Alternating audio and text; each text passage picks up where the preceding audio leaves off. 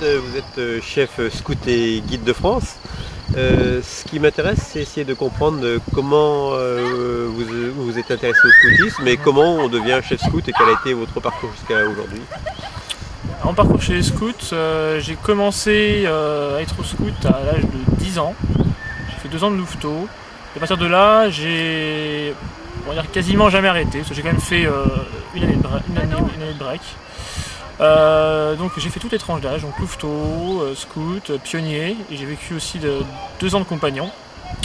Et pourquoi je suis devenu chef? Tout d'abord parce que bon, j'ai passé des super années en tant que jeune chez les scouts de France, et j'avais vraiment envie de leur donner tout ce qu'ont pu me donner mes chefs quand j'étais jeune.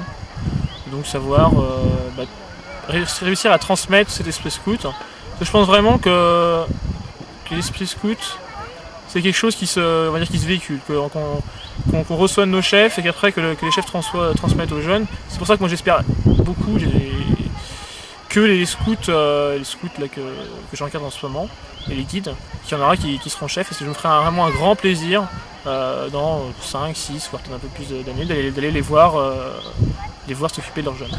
Et au départ, c'est par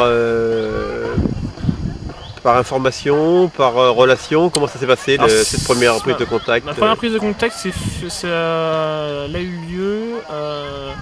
Je suis rentré au scout, c'était un week-end de rentrée à la 14, et j'ai débarqué là grâce à un copain qui m'a invité. Un week-end découverte comme aujourd'hui en fait. C'était même pas vraiment ça, parce que j'ai signé d'entrée, c'est-à-dire que j'ai dit bon bah ouais, pourquoi pas faire du scoutisme, et j'ai débarqué grâce à cet ami-là.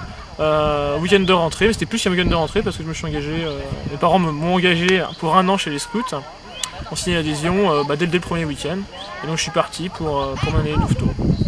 Et quelles sont les idées fortes que vous retenez dans votre expérience? Alors ce que je retiendrai vraiment des scouts, c'est le fait qu'on est vraiment acteurs, pour toutes les tranches d'âge, pour les louveteaux, pour les scouts, pour les pionniers ou pour les compagnons, on est toujours... Chaque scout est acteur à sa mesure. Cet aspect-là est encore plus développé quand on est cisenier chez les louveteaux ou en chef d'équipe après pour les autres tranches d'âge. Le fait que très rapidement on nous donne des responsabilités. Et je pense que c'est extrêmement valorisant pour l'enfant, et ça lui donne également la possibilité de progresser personnellement et et à un moment ou à un autre de se dire finalement moi je suis capable comme les autres de diriger une petite équipe. Bon, sûr, comme j'ai dit, c'est une petite équipe, c'est 5-6, et c'est extrêmement enrichissant cet aspect-là. Bon, après, il y a d'autres aspects qu'on peut mettre en valeur, comme la vie en collectivité. Passer 15 jours de camp à 25 dans un milieu un petit peu pas difficile, mais bon, passer 15 jours dans la nature sans électricité, sans eau, c'est pas forcément évident. Et donc là, c'est là où on voit que l'esprit de groupe est vraiment très, très, très important. Et je dirais la vie dans la nature aussi, pour moi c'est quelque chose de très important chez les scouts.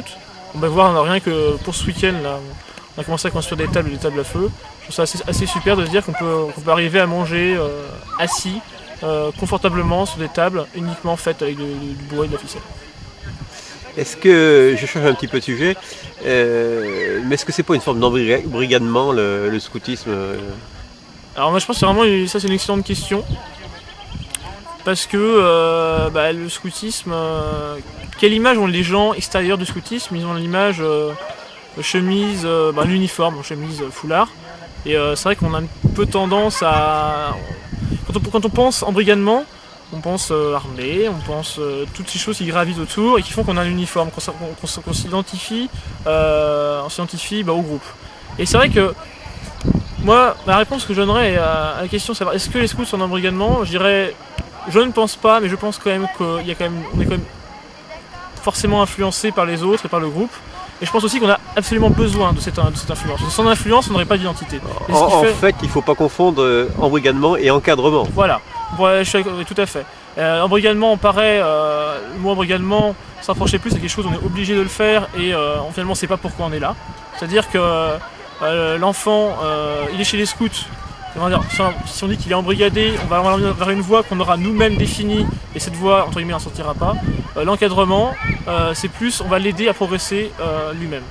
Et ça, c'est mis en évidence par la progression personnelle. À chaque tranche d'âge, de pédagogie scout, il y a une progression personnelle. Et donc, comme j'ai dit tout à l'heure, qu'on prenait très rapidement de responsabilités, et ben c'est par cette progression personnelle qu'on amène l'enfant à progresser. Et la différence avec, je reprends l'exemple du chef d'équipe, on sait très bien qu'on fera pas, pendant un camp, on n'aura pas 4 chefs d'équipe identiques. Forcément, il y en a qui ont plus, on va dire, une âme de leader, et d'autres qui sont plus spectateurs. Mais ça n'empêche pas que celui qui est spectateur, il pourra être chef d'équipe. Il sera chef d'équipe à sa manière, il essaiera de progresser, de se développer sur ce point-là comme il le veut. Mais justement, nous, on l'aide au cours de rencontres entre chef et chef d'équipe pour qu'il progresse. On sait très bien que notre objectif, c'est pas de faire des managers, on n'est pas une école de management. On est là pour aider chaque enfant à grandir. Et aussi, un point important à développer, c'est que on est là pour aider tous les enfants à grandir, mais si l'enfant ne trouve pas sa place chez les scouts, on ne va pas non plus le forcer à rester chez nous. Oui. L'important, c'est qu'il soit heureux. Nous, on fait des activités le week-end et pendant les vacances, c'est pour s'amuser avant tout. D'accord. Est-ce qu'il y a une ou des images que vous aimeriez transmettre pour appeler les jeunes à venir découvrir le scoutisme? Une image, on va dire quelque chose de... Une image qui représente très bien le scoutisme. Voilà, ouais. Oui.